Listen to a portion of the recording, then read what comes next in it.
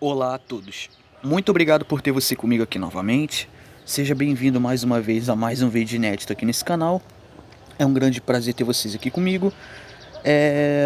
Aquele ditado de sempre, né? Vocês já sabem, né? A regra. Se inscreva no canal se você gostar do conteúdo, deixe seu like no vídeo caso você goste do conteúdo apresentado e indique esse vídeo aí para quem você achar interessante de compartilhar ou de indicar. Enfim, bom, eu sei que eu fiquei aí 2 semanas ausente, tá? Eu não preciso nem explicar, não preciso nem me justificar, né? Às vezes acontece, às vezes a gente está muito ocupado ou com a cabeça focada em outras coisas. Mas o importante é sempre comparecer aqui e fazer vídeos, trazer vídeos novos, ainda que eu não possa fazer isso diariamente, tá? Mais uma vez ou outra a gente vai aqui desenrolando, tá? Enfim, bom, o tema desse vídeo de hoje vai ser o quê? O tema central aqui é a teoria da evolução. Será que é possível cientificamente a teoria da evolução estar correta? A evolução ela é uma fraude ou é razoável considerá-la como uma teoria científica que explica os processos evolutivos da vida? E a resposta é sim, é possível cientificamente porque ela tem muito respaldo científico, tá? Alguns respaldos científicos robustos, tá? Porque é um grande erro de criacionistas. Eu também já fui criacionista. Hoje eu sou um evolucionista, tá? Eu mudei meu ponto de vista mesmo, tá? Eu sei que o que eu posso estar dizendo aqui pode estar deixando muitas pessoas boquiabertas, né? Porque talvez muita gente aqui no canal jamais imaginaria que um dia eu vim aqui no canal e falar isso. Pois é, galera. Então um erro que muitos criacionistas cometem, um erro comum, e é um erro que eu outrora cometia, é pensar que a teoria da evolução é como se fosse Pokémon. Tipo assim, uma bactéria evoluiu, se transformou numa ameba, a ameba se evoluiu, se transformou numa baleia, a baleia foi lá, evoluiu, se transformou sei lá, no ornitorrinco, o ornitorrinco foi lá, evoluiu, se transformou no macaco e do macaco foi pro ser humano. Esse é um erro muito comum. Bom, pra ser sincero com vocês, eu diria que isso é uma ignorância absurda, tá? Isso é de uma ignorância tremenda. Isso é ou ignorância ou desonestidade. Porque a teoria da evolução ela não funciona dessa forma. E eu também ficava repetindo o que eu ouvia, eu acabava reproduzindo aquilo que eu ouvia. Então eu, como não tinha muito conhecimento sobre a teoria da evolução, sobre a seleção natural, não tinha muito conhecimento acerca dessa teoria científica, sempre achei ela ridícula e achava ela ridícula justamente por ouvir argumentos infundados na realidade, por ouvir argumentos ignorantes de pessoas que mal sequer entendem a ideia que elas estão rebatendo. A maioria das pessoas querem rebater a teoria da evolução, mas elas não sabem como fazer isso. Porque elas mal estudam, elas mal compreendem o que a teoria da evolução quer dizer. Vocês estão entendendo? Acompanhando o raciocínio? Então esse é um erro muito comum que os criacionistas cometem. E eu vou explicar aqui porque que isso é um equívoco. Vamos lá. Então tá aqui, a origem do ser humano é um tópico fascinante e complexo. A teoria científica mais aceita é a da evolução, ou seja, a teoria da evolução é o pilar, um dos pilares centrais da biologia moderna. Bom, sugere ela, né, a teoria da evolução, que os seres humanos compartilham um ancestral comum com os primatas. Ou seja, muita gente pensa, não, a teoria da evolução é um absurdo porque não tem como o ser humano vir do macaco.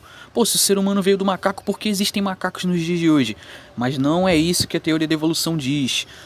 O macaco não foi lá e se transformou magicamente e abruptamente no ser humano, não. A teoria da evolução ela não funciona dessa forma. A teoria da evolução ela é um processo gradual que vai acontecendo ao longo do tempo, milhões de anos. Tá entendendo?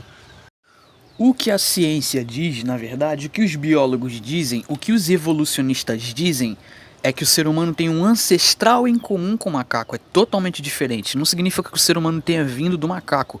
Que o macaco foi lá e se transformou em um ser humano, assim, de uma maneira mágica, como muitas pessoas pensam. Não, isso é um conceito totalmente errôneo. A teoria da evolução ela não é um Pokémon de uma espécie se transforma em outra abruptamente, assim, do nada. Não, não é assim que funciona. O que a teoria da evolução diz é que o ser humano ele tem um ancestral em comum, que as espécies elas têm ancestral em comum. Todas as espécies que a gente vê, todos os seres vivos. Então a gente tem um ancestral em comum com primatas, incluindo macacos também, tá?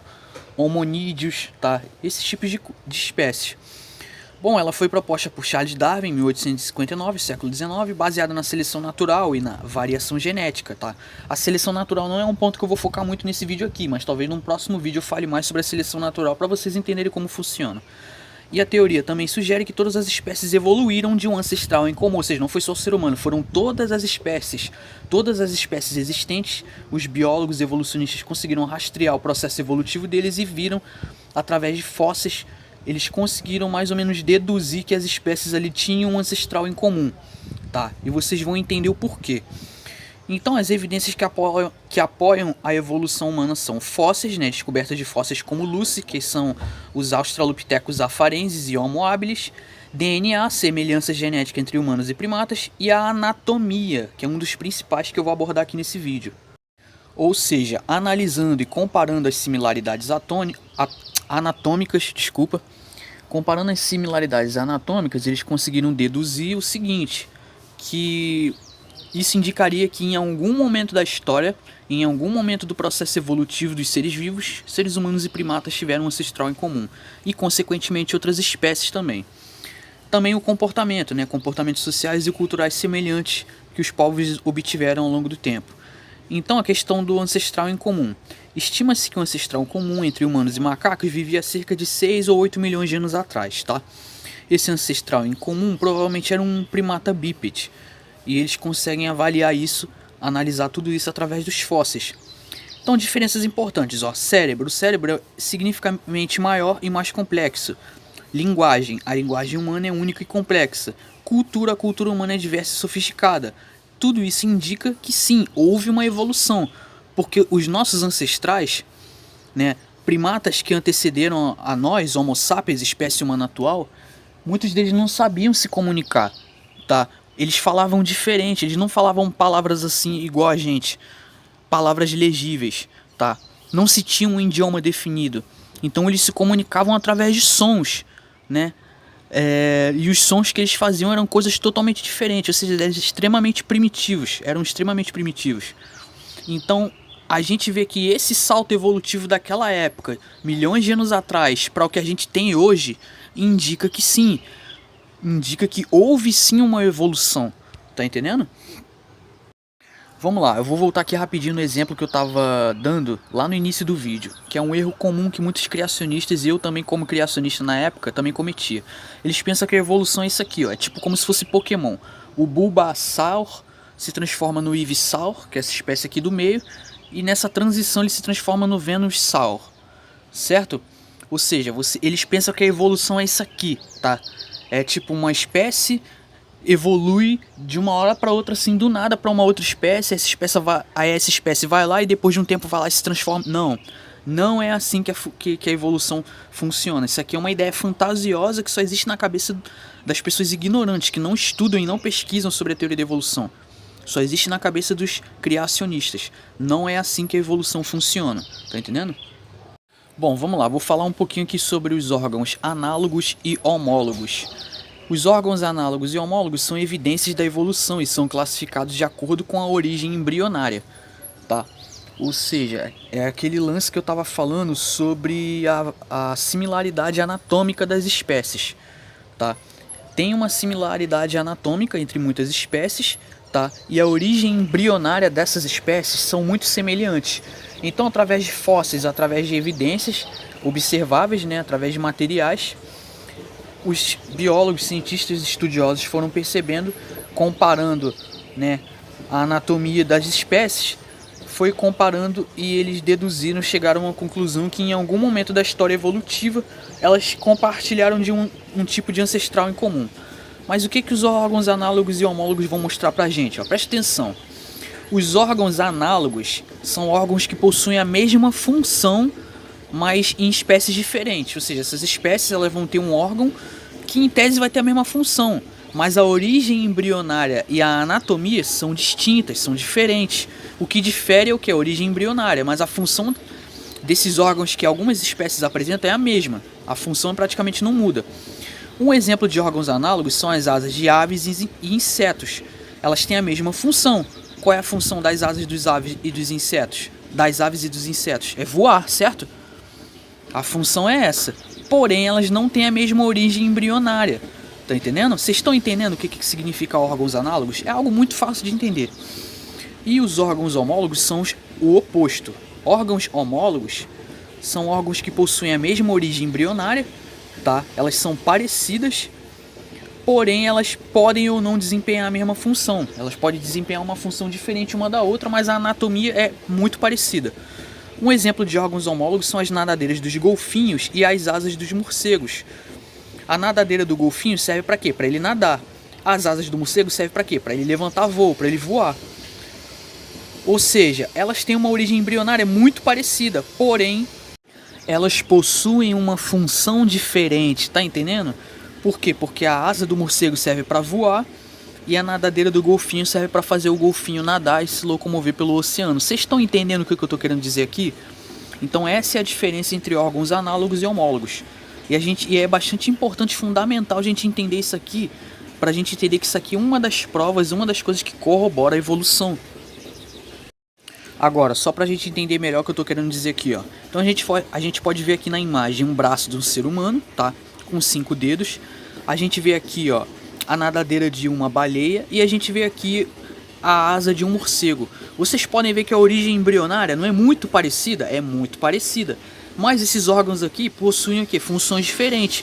Porque enquanto a asa do morcego serve para fazer o morcego voar, levantar voo, a nadadeira da baleia serve para a baleia se mover, né, nadar no horizonte, o braço do ser humano, em tese, ele tem uma função diferente. Nosso braço serve para pegar coisas, né? Ou a gente pode diversificar aí, né? O braço humano ele tem várias funções, tá? No nosso dia a dia. Então vocês podem ver que esses órgãos, tanto o braço do ser humano, quanto a baleia, a nadadeira da baleia e a asa do morcego, eles têm uma origem embrionária muito semelhante, eles têm uma anatomia muito semelhante, mas a função de cada órgão difere uma da outra. Isso aqui é um exemplo claro, tá entendendo? Isso aqui é um exemplo claríssimo de órgão homólogo, órgãos homólogos. Então isso aqui ajuda a evidenciar a evolução, tá entendendo? Então a nadadeira da baleia serve para a baleia nadar no oceano, não no horizonte, tá? No oceano, eu falei errado naquela hora lá no vídeo, peço perdão. A asa do morcego serve para fazer o morcego, então, em tese, voar, né? Levantar voo, e o braço humano ele tem várias funções no dia a dia, certo? Bom, então a gente vê aqui mais exemplos de órgãos homólogos e análogos, tá? Estruturas anatômicas semelhantes, às vezes podem desempenhar papéis diferentes, tá? E aqueles que possuem uma origem embrionária diferente podem às vezes desempenhar a mesma função. Então a gente vê aqui, ó, vários órgãos homólogos, tá? Exemplos de órgãos homólogos, tá? Tem aqui a asa do pássaro, o braço do homem, aqui ó, leão, cavalo, estruturas de espécies que são semelhantes, tá? A origem embrionária bem semelhante, mas pode apresentar funções diferentes, tá? Então isso aqui é uma das coisas que corrobora a evolução, tá? Isso aqui prova que sim, em algum momento da história, em algum momento da vida aqui na Terra, durante os processos evolutivos, essas espécies aqui tiveram sim um ancestral, tá? Ancestralidade comum. Não é que o ser humano veio do macaco, não, é diferente. A questão é que o ser humano ele teve um ancestral em comum com macacos e primatas.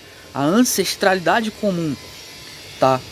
É uma das premissas, né, da teoria da evolução, da teoria evolutiva, tá?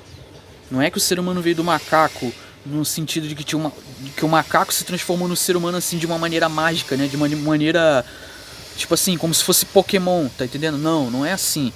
Eles compartilham um ancestral em comum. Espero que todos tenham entendido, tá? Espero que isso tenha ficado na cabeça de vocês, que vocês possam ter entendido o máximo. Como eu falei anteriormente, se você gostou desse vídeo, por favor, deixe seu like, indique para o máximo de pessoas possíveis. E é isso, vou ficando por aqui. Muito obrigado a todos aí pela paciência e pela atenção. Por hoje é isso, muito obrigado a todos. Vou trazer mais vídeos sobre esse assunto e até mais.